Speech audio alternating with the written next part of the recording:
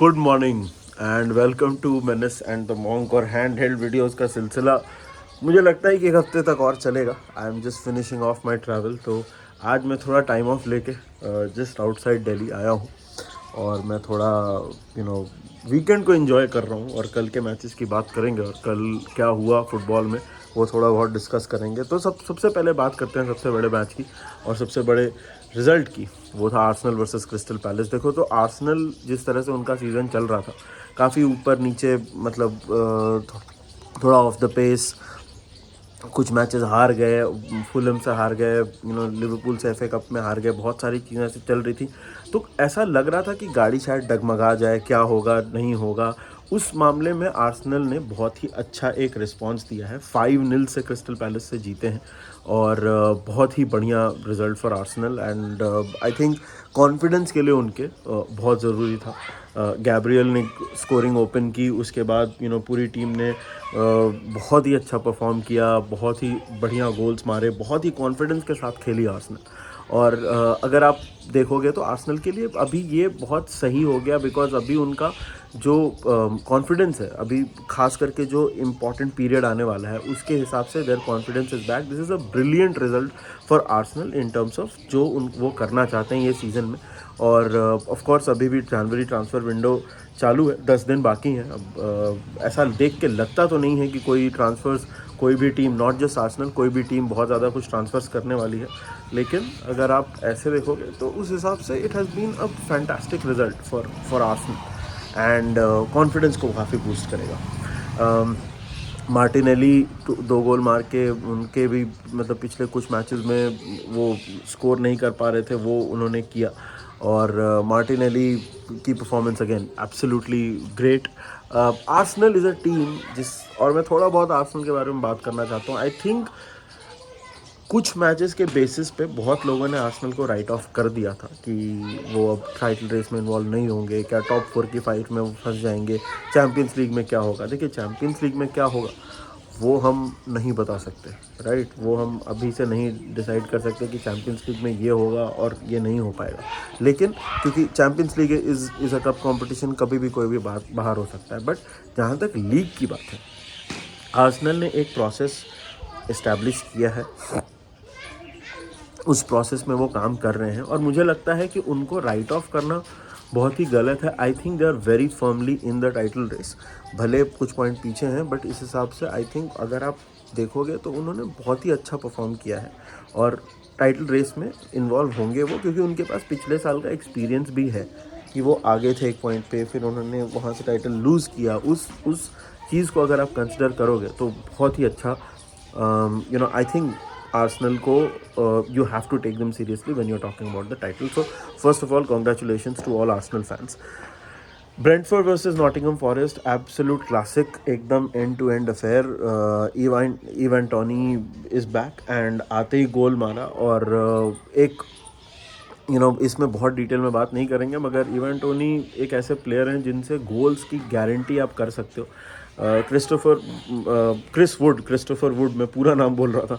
Chris Wood is in amazing form as well. तो मतलब अगर कोई टीम अगर देख रही है तो नॉटिंघम फॉरेस्ट में वुड को बहुत सॉरी बहुत गंदा जोक है, लेकिन फॉरेस्ट में वुड बहुत अच्छी तरह से जम चुके हैं और बहुत अच्छा स्कोर कर रहे हैं। और ब्रेंटफोर्ड ने बहुत दिन के बाद, मतलब वो पिछले 8 मैचेस से नहीं जीते थे, वो उन्होंने तोड़ दिया और ब्रेंटफोर्ड लास्ट मोमेंट गोल के साथ जीत गए।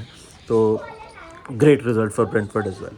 और लास्ट मिनट गोल से याद आया कि बायर लेवरकुसेन को भाई आप सीरियसली लें। और मतलब अगर इस टाइम तक भी किसी को लग रहा था कि लेवरकुसेन जो है वो फ्लैश इन द पैन है और वो नहीं आगे कर पाएंगे, तो ये बहुत बड़ी गलती है सोच में। आई थिंक लेवरकुसेन बहुत ही बढ़िया परफॉर्म कर रही है और फिर से एक लास्ट मिनट गोल के साथ जीते हैं, अनबीटन। तो यूरोप टॉप फ्लाइट में फ़िलहाल अगर आप टॉप 5 लीग्स की बात करें, I think Leverkusen is the only team जो अनबीटन रही है। और जाबी अलोंसो का जो स्टॉक है वो ऊपर जाता चला जा रहा है और ये बहुत इंटरेस्टिंग होगा कि बुंदेसलीगा में क्या होता है। कल डॉर्टमंड भी अपना मैच जीत गई है 4-0, completely dominant performance by Dortmund as well. और बहुत बड़े आराम से अपना मैच जीता है डॉर्टमंड ने। और it is one of the अगर आप देखो तो बहुत पॉसिबल है कि सॉरी थोड़ी एम्बियंट नॉइज़ है, बच्चे क्रिकेट खेल रहे हैं तो थोड़ा इग्नोर करिए आप। मगर अगर आप देखो तो बुंदेसलीगा में क्वाइट पॉसिबल है कि एंड में आराम से जीत जाएंगे बुंदेस बायर्न म्यूनिख, जैसा कि बहुत बार हमने देखा है anti climax. But for the sake of the sport I think it will be great to see Leverkusen getting involve. And अगर लेवरकुसन जीत जाती है it will be I think पहली बार अपने हिस्ट्री में वो लीग जीतेंगे। It will be a massive achievement for Xabi Alonso. और मतलब आपको समझना पड़ेगा कि ये कितना बड़ा सिग्निफिकेंट काम कर दिया जाबी अलोंसो ने अगर वो लीग जीत जाते हैं लेवरकुसन के साथ। तो कल एसी मिलान भी अपना मैच जीती है। दैट इज़ ऑल्सो समथिंग जो इटालियन फुटबॉल में चेंज हो रही है। रोमा ने अपना मैच जीता, एसी मिलान ने अपना मैच जीता। फाइनली बात करते हैं लिवरपूल वर्सेस बोर्नमथ की। तो देखिए लिवरपूल वर्सेस बोर्नमथ ये मैच ऑन पेपर पिछले 9 में से 8 बार लिवरपूल जीती है। एक बार जो लिवरपूल हारी है वो इसी एग्जैक्ट फिक्सचर में जो रिटर्न फिक्सचर था 1-0 हम हार गए थे लास्ट सीज़न बोर्नमथ के साथ। अगर आप मतलब हमारा कैराबाओ कप मैच भी याद करें जिसमें हम जीते थे, उसमें भी बोर्नमथ ने परफॉर्मेंस उतनी बुरी नहीं दी थी। तो बोर्नमथ इज़ अ टीम जो मैंने इस सीज़न के स्टार्ट में भी बोला है कि ये टीम क्वालिफाई मतलब करती है बहुत सारे फ्रंट्स पे for being a good team. Players उनके अच्छे हैं, मैनेजर उनके एक्साइटिंग है। यस उनका थोड़ा लक ख़राब चलता है कभी कभी, तो इस मैच को हम हल्के में तो नहीं ले सकते। और जहाँ तक बात है टेबल की पोजीशन की, दिस इज़ द पीरियड जहाँ पे इट इज़ मेक और ब्रेक फॉर अस। मतलब ये बहुत ही क्लीशे टर्म है, बहुत बार सुना होगा हर किसी ने, but honestly this is make और ब्रेक फॉर अस। क्योंकि यहाँ पे अगर हम परफॉर्म कर गए, यहाँ पे अगर हम जीत गए, क्योंकि इसके बाद हमको चेल्सी को खेलना है, हमको आर्सेनल को खेलना है, एफए कप के गेम्स हैं, कैराबाओ कप का हमको सेमीफाइनल खेलना है। तो अगर यहाँ पे हम जीत गए, यहाँ पे अगर हम निकल गए, तो फिर then are credentials become very very strong. अभी टाइटल वगैरह की बात तो मैं नहीं करूँगा। जैसे कि वर्जिल वैन डाइक ने बोला कि जब टाइटल के बारे में उनको पूछा तो उन्होंने बोला कि आप मुझे ये सवाल मार्च में पूछिए। तो और मैं भी यही बोलूँगा कि मार्च से पहले बोलना कि Liverpool are ready for the title मेरे हिसाब से सही नहीं होगा। बिकॉज हम उस लेवल पे अभी सिटी का रन स्टार्ट होगा। और जैसे मैंने आर्सेनल को बोला, आर्सेनल को आप इग्नोर नहीं कर सकते। स्पर्स इन्वॉल्व हैं, स्पर्स विल बी प्लेइंग, वो आर्सेनल से एक ही पॉइंट पीछे हैं। तो अगर आप आर्सेनल को बोल रहे हो कि आप उनको इग्नोर नहीं कर सकते, तो डेफिनेटली आप स्पर्स को भी नहीं बोल सकते कि उनको आप कंसिडर नहीं करोगे। यस ऑब्वियसली चांसेस और बैलेंसेस की बात अलग होती है, प्रोबेबिलिटी एक टीम की ऊपर नीचे हो सकती है, लेकिन एट दिस पॉइंट आप इन टीम्स को इग्नोर नहीं कर सकते। अगर टाइटल नहीं भी जीते तो आपके टाइटल में वो एक पार्ट ज़रूर प्ले करेंगे। आपको स्पर्स को खेलना ही है, आपको आर्सेनल को खेलना ही है, आपको सिटी को खेलना ही है, Chelsea involve, right. So there are lot of teams coming back to Liverpool.